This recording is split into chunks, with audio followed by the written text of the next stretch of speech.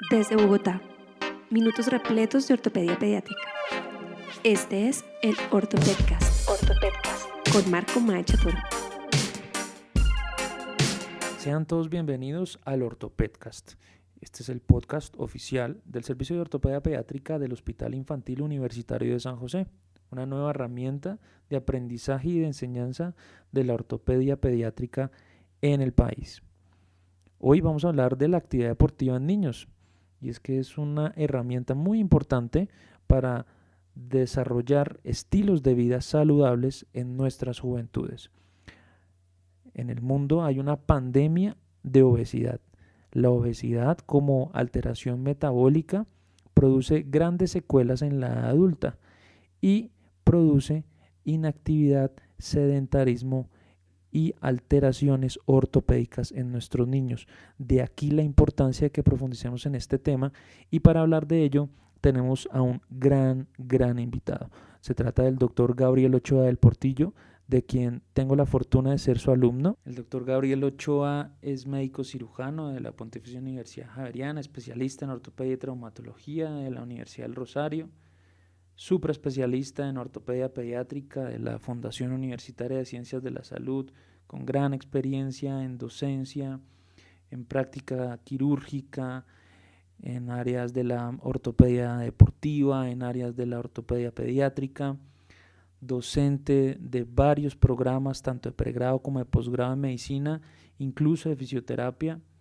con grandes áreas de interés, gran experto en muchos temas de la ortopedia pediátrica, expresidente de la Sociedad Colombiana de Cirugía Ortopédica y Traumatología en los años 98 y 99, miembro fundador y titular del capítulo de ortopedia infantil de la sociedad, hoy Sociedad Colombiana de Ortopedia Infantil, pero ante todo, gran ejemplo para sus alumnos, para su familia, para sus colegas y por supuesto gran amigo de este servidor.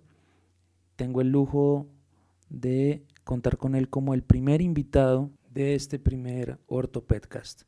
Doctor Ochoa, bienvenido, gracias por estar con nosotros y el micrófono es todo suyo. Marco, muchas gracias por la invitación para que hablemos un poco sobre fundamentación del deporte en los niños, que es un tema apasionante y que en nuestra cotidianidad de la consulta externa siempre está llena de vacíos ante las preguntas muy frecuentes por parte de los padres y de los mismos adolescentes sobre indicaciones, tiempos, cargas, frecuencia de la realización de una actividad deportiva formal o disciplinada.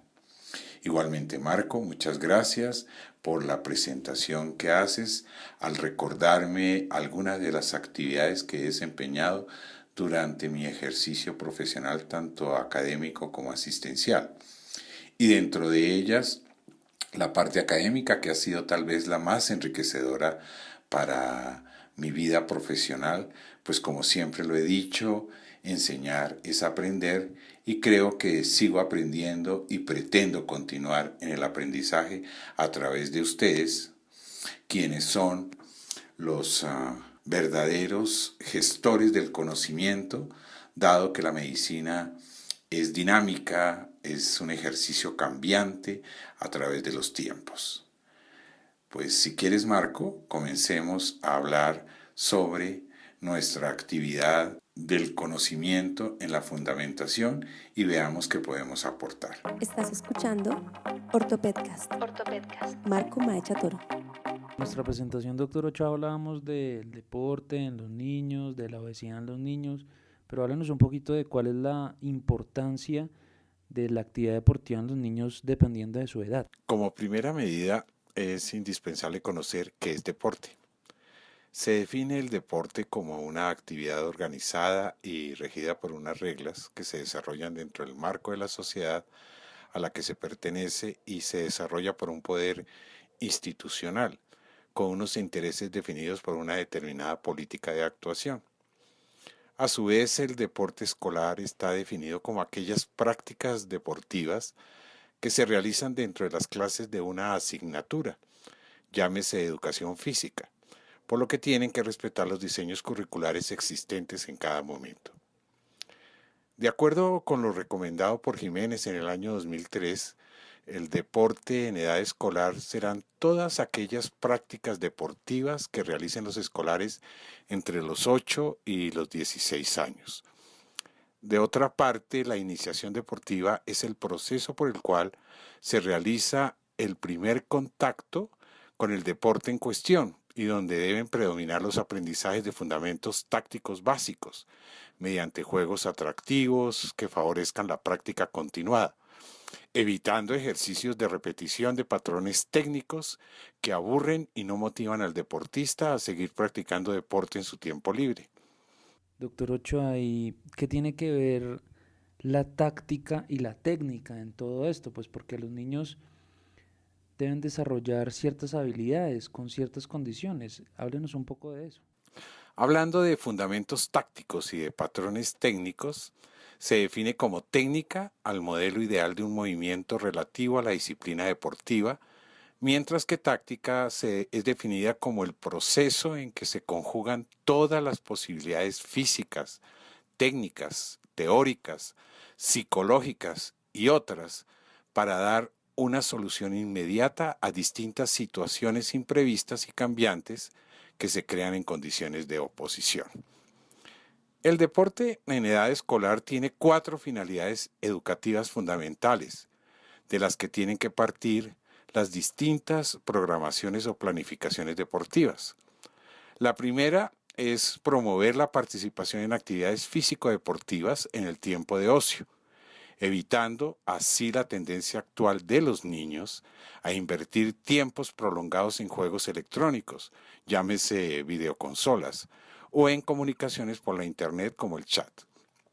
Otra es la utilización de la competición como un recurso educativo para enseñar a los niños y niñas tanto a perder como a ganar. También es importante como finalidad lograr el correcto y adecuado desarrollo integral de niños y niñas, no solo a nivel físico, sino también cognitivo, afectivo y social.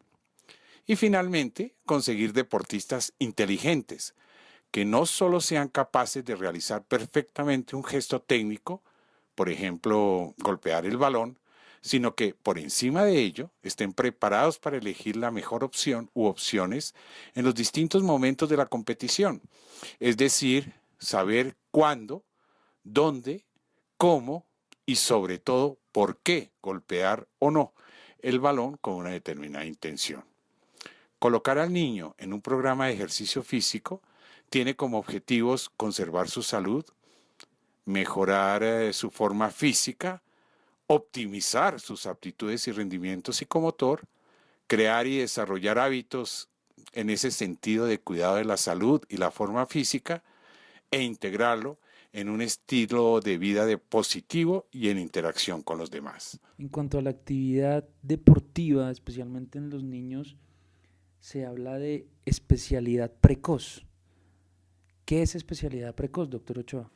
En los últimos años se ha hecho muy evidente la tendencia a que los niños realicen deporte organizado en lugar de la tradicional actividad física recreativa y a que los entrenamientos sustituyan el juego. De alguna manera, la idea subyacente es que cuanto antes se especialice el niño, mayor será su rendimiento futuro y mayores sus posibilidades de lograr sobresalir en un deporte determinado. Las horas de juego diversos, de actividades lúdicas basadas en habilidades básicas como correr, saltar, trepar, lanzar, etc., se han ido sustituyendo por horas de repetición de habilidades específicas de un deporte y de los mismos gestos. Es muy habitual encontrar niños, sobre todo aquellos que destacan por su habilidad a una edad determinada, que juegan, por ejemplo, fútbol con el equipo del colegio, que además se entrenan y juegan con el equipo de un club determinado, que además 1 o 2 días a la semana juegan un partido de fútbol sala, acumulando muchas horas de balón. Y si son llamados para jugar con las selecciones de su ciudad, además pierden los periodos de vacaciones, porque es entonces cuando éstas establecen la competición. Los estudios médicos recientes publicados en el Diario Americano de Medicina Deportiva y las recomendaciones de diversas sociedades de medicina y traumatología del deporte son concluyentes en que la especialización precoz es, por un lado, fuente de lesiones y por otro, genera niños y niñas quemados por un deporte sin que haya evidencia de que mejore el rendimiento futuro y aumente el índice de éxitos en el deporte a la edad adulta. Parece ya evidente que los niños que practican un solo deporte de manera intensiva tienen más lesiones, sobre todo lesiones por sobreuso, crónicas, que pueden incluso poner en peligro su futuro deportivo, que los niños que realizan las mismas horas de ejercicio, pero diversificado. Los niños están preparados para estar todo el día en movimiento, pero no para estar todo el día haciendo el mismo movimiento. Como regla general se recomienda que los niños no realicen una misma actividad más de 1 hora semanal por cada año que tenga. Así, un niño de 12 años no deberá practicar más de 12 horas a la semana el mismo deporte u otro en el que las habilidades sean las mismas, como ocurre con el fútbol y el fútbol sala, incluyendo entrenamientos, tiempos de recreo en el colegio y competiciones o partidos. A esta situación se añade el problema de que los niños, por continuar disfrutando de su deporte, muchas veces soportan dolor o molestias hasta que la situación se hace ya insostenible, haciendo más difícil resolver sus lesiones, o tratan de reincorporarse a la práctica del deporte antes de haber completado su recuperación. Si los adultos a su cargo, básicamente los padres y los entrenadores, no actúan de una manera responsable y en lugar de tener una actitud conservadora lo que hacen es animar a los niños a seguir entrenando o jugando con molestias o a reincorporarse demasiado pronto por aquello de lo importantes que son para el equipo o la de seguro que no es nada, se estará generando una condición médica para el niño o la niña. Debe permitirse que los niños y niñas disfruten de la actividad física, que se formen y enriquezcan su bagaje motor y coordinativo, que aprendan los valores de la disciplina a la que obliga el deporte y la conciencia de la importancia del esfuerzo para obtener resultado le va a dar para el desarrollo del resto de sus vidas, pero sin pretender convertirlos en mini profesionales. Nuestros pacientes y los papás de nuestros pacientes tienen un temor con respecto al entrenamiento en la fuerza. Hay muchos mitos alrededor, que los niños se quedan pequeños, que los niños se pueden lesionar, que se les daña la columna. Hablemos un poquito de el entrenamiento en fuerza en niños. ¿Es posible hacerlo? ¿Cómo se hace? ¿Y qué precauciones se debe tener al respecto, doctor Ochoa? El entrenamiento de fuerza ha estado influenciado por 2 núcleos, el fisicoculturismo y la halterofilia, generando una percepción restrictiva de la fuerza y pensando que solo existen las manifestaciones y entrenamientos derivados de estas prácticas deportivas. Estos núcleos son especialidades deportivas muy específicas, las cuales requieren de entrenamiento intenso. Y al igual que cualquier especialidad deportiva, puede ser perjudicial para el niño siempre que no se adapte a las condiciones de éste. Al momento de diseñar un programa de entrenamiento de fuerza se deben tener en cuenta 3 aspectos importantes: las características del sujeto que va a realizar el entrenamiento, la ejecución de los ejercicios, lo cual incluye los medios, y por último la metodología, que responde a la forma de integrar el número de repeticiones, series, densidad, frecuencia y la planificación. Esta cualidad, el entrenamiento de fuerza, se entrena con el objetivo de mejorar la manifestación de esta que más se aproxime a la modalidad deportiva, o también para mejorar las estructuras, llámese hipertrofia, para el mantenimiento, para el desarrollo de la condición física, llámese fitness, o para mejorar la salud. Se ha dicho que el entrenamiento de fuerza sirve para reforzar los recursos naturales de cada persona para conservar la salud y como protección contra los factores de riesgo. Tradicionalmente el entrenamiento de esta cualidad ha sido reservado a los adultos y vetado a los prepuberales, alegando argumentos tales como que la fuerza no se puede entrenar antes de la pubertad, que el entrenamiento de fuerza afecta negativamente al corazón del niño, que genera interferencias en el crecimiento, que disminuye la flexibilidad del niño y que provoca lesiones. Además, se ha argumentado que los factores limitantes serían aquellos que diferencian a los adultos de los preadolescentes, como son los factores estructurales y la escasa presencia de hormonas anabólicas. Existen estudios que aportan datos en los que se defienden estas posturas y que concluyen que los preadolescentes no son capaces de mejorar ni su fuerza ni su tamaño muscular de las extremidades tras un entrenamiento contra resistencia de 8 semanas realizado 3 veces por semana. Otros estudios que defienden esta postura aportan que no existen beneficios en niños de 12 años que siguen un entrenamiento de fuerza durante 4 a 6 semanas con 3 sesiones semanales, realizando 1 o 2 series por ejercicio.